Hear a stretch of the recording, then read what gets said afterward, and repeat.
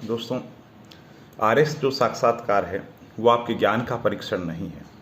मैंने 5 बार आरएस के इंटरव्यू दिए, बहुत ज़्यादा मेरे इंटरव्यू में नंबर नहीं आए, जबकि ज्ञान के रूप में मुझे लगता है, मेरे साथी लोगों को लगता है कोई दिक्कत नहीं है। ठीक है, तो आज जब मैं मूल्यांकन करता हूँ तो कैंडिडेट के रूप में जब मैं प्रतिभागिता है तो मुझे लगता है मेरे साथ बहुत अन्याय होता है ना, कुछ गलत हो रहा है, बाकी लोग हैं उनको कुछ नहीं आ रहा है। ठीक है, मेरे से कम चीज़ें जानते हैं, फिर भी उनके साक्षात्कार में मेरे से बहुत ज़्यादा अंक आते हैं।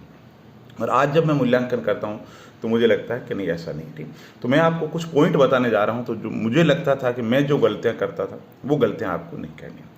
पहला की पॉइंट क्या है कि कुछ कैंडिडेट होते हैं, जिसमें मैं भी शामिल था, जो ही इंटरव्यू बोर्ड ने सवाल पूछा बिना कोई रुके जट जट खट खट खट खट बोलना शुरू कर दिया। प्रशासनिक अधिकारी की विशेषता है, थोड़ा रुको, हल्का सा रुको और फिर जवाब दो, पहली बात। दूसरी बात, आपको सवाल पूछा, आपको आ रहा है, तो आपके चेहरों की जो भावभंगिमाएं हैं उससे ये पता नहीं लगना चाहिए कि इस कैंडिडेट को जवाब आ रहा है, अति उत्साहित हो रहा है, एक बात ये। और दूसरी बात, नहीं आ रहा है कोई सवाल का जवाब तो चेहरे पे तनाव नहीं आना चाहिए, आंखों के अंदर उदासी नहीं दिखनी चाहिए, आपकी भावभंगिमाओं से बिल्कुल नहीं लगना चाहिए साक्षात्कार बोर्ड को कि हमने ये सवाल पूछा है और इसको लेकर के प्रतिभागी तनाव में आ गया। दूसरी बात। तीसरी बात, जो आप, मैं पहले भी कह चुका हूं कि जो आपकी भाषा है वो प्रशासनिक शब्दावली होनी चाहिए। ठीक, आपके निजी विचार कुछ भी हो, जैसे मेरे से पूछा, एक दो बार पूछा आरक्षण पे, तो मैंने कहा आरक्षण नहीं होना चाहिए। ये बहुत बचकानी बात है, जिसे कहते हैं ना, एक बच्चे की सोच है, तो ये चीज़ बिल्कुल नहीं होनी चाहिए। आपके निजी विचार क्या है उससे कोई मतलब नहीं। भारत सरकार, भारत का संविधान जो कहता है उसको स्टैंड रखते हुए आपको बात कहनी है। इसके अलावा और अगर बात करें तो आपकी जो भाषा है वो प्रशासनिक शब्दावली होनी चाहिए। इमोशन के लिए, संवेदनाओं के लिए, आपकी निजी विचारधाराओं के लिए आपके लिए कोई जगह नहीं होनी चाहिए। ठीक है, कोई ऐसा टॉपिक हो सकता है जिसमें आपके निजी विचार बिल्कुल अलग हो, लेकिन एक देश की जो आम जनता क्या कह रही है, देश का आम जनता इसके बारे में क्या सोच रहे हैं, बुद्धिजीवी इसके बारे में क्या सोच रहे हैं, उससे फर्क नहीं पड़ता।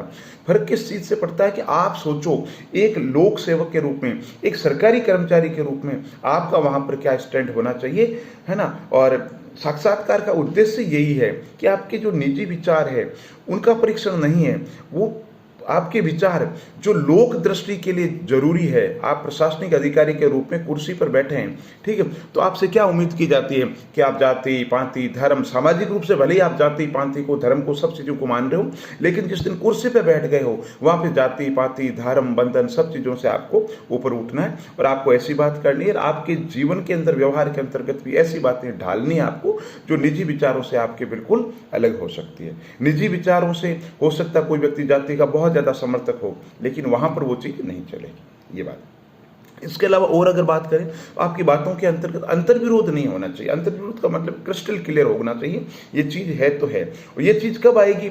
ये चीज तब आएगी जब आप निजी रूप से जो आपके विचार है आप उनका तिलांजलि दे देंगे और आप ये सोचेंगे सब आज लोक सेवक है, राजस्थान सेवा नियम कहते हैं, लोक सेवा के नियम क्या कहते हैं, आपके आचरण नियम क्या कहते हैं, आपके जो रूल्स रेगुलेशन, आपका जो कानून है जिस सेवा के अंतर्गत है उसके कानून क्या कहते हैं, वो आपके लिए सर्वोपरि है। ठीक है, तो आप समझ गए। तो उत्तर देते समय आपका दृष्टिकोण कैसा होना चाहिए? आपका दृष्टिकोण तार्किक होना चाहिए, आपका दृष्टिकोण संविधान सम्मत होना चाहिए, आपका दृष्टिकोण ऐसा होना चाहिए जिसमें आपकी निजी भावनाएं हैं वो जाहिर नहीं होना चाहिए, आपका दृष्टिकोण वैज्ञानिक होना चाहिए, मानवतावादी जो सोच है जिसकी बात करनी चाहिए। और आप जब उत्तर दें तो बात बात में अगर अर्थव्यवस्था से संबंधित कोई पॉइंट पूछे जाए तो फिगर की, गवर्नमेंट पॉलिसी की बात हो, संविधान की अगर बात हो तो अनुच्छेद और संविधान संशोधन अगर कोई हुआ तो उसकी बात करो, समसामयिक मुद्दों की अगर बात हो तो कोई बड़ी अखबार की खबर है उसका आप रेफरेंस दो, है ना। आंकड़ों से संबंधित पूछे, कोई अपराध से संबंधित पूछे तो क्राइम ब्यूरो के जो रिपोर्ट के जो आंकड़े आए हैं वो बताओ आप, है ना। कोर्ट केस के पेंडिंग की बात हो तो जो स्टेटस है ऑनलाइन जो चीजें, चाहे फिगर आपके पास में कम भी हो, जैसे कृषि से संबंधित चीज पूछे और अगर आपके पास में आंकड़े हैं और उस बात को सिद्ध कर रहे हैं तो निश्चित रूप से आप कहें।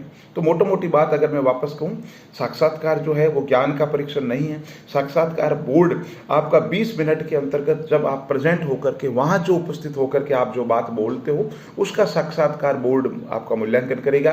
आपके पास में कितना ज्ञान है, आप कितने अच्छे हैं, इन चीजों से उनको मतलब नहीं है। साक्षात्कार बोर्ड के लिए आप सिर्फ और सिर्फ एक सब्जेक्ट है, ठीक, और उनको मूल्यांकन करना है। मूल्यांकन वो किस दृष्टि से करेंगे, जो उनकी नज़र के अंतर्गत लोक सेवक के अंतर्गत गुण होने चाहिए। तो आप इस बात पे ज़्यादा ध्यान दें कि लोक सेवक के अंतर्गत कौन से गुण होने चाहिए, और उन गुणों के हिसाब से आपने जो इंटरव्यू बोर्ड की तैयारी करो। बहुत बहुत धन्यवाद।